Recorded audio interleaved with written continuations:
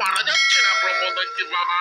এই এক গোপালের জ্বালায় তো দেখছি এই কৃষ্ণনগরে আমাদের আর থাকা যাবে না।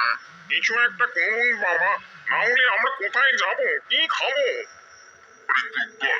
গোপাল গোপাল আর গোপাল, ওই এক গোপালই দেখছে আমার চোখের ঘুম সব উড়িয়ে দিল। বাবা, আমি কি একটা কথা বলতে পারি?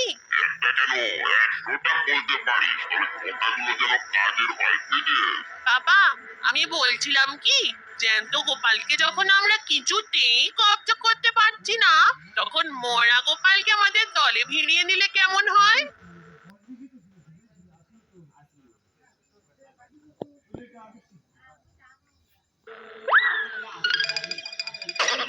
মরা গোপালকে আমাদের দলে ফিরিয়ে নেবো?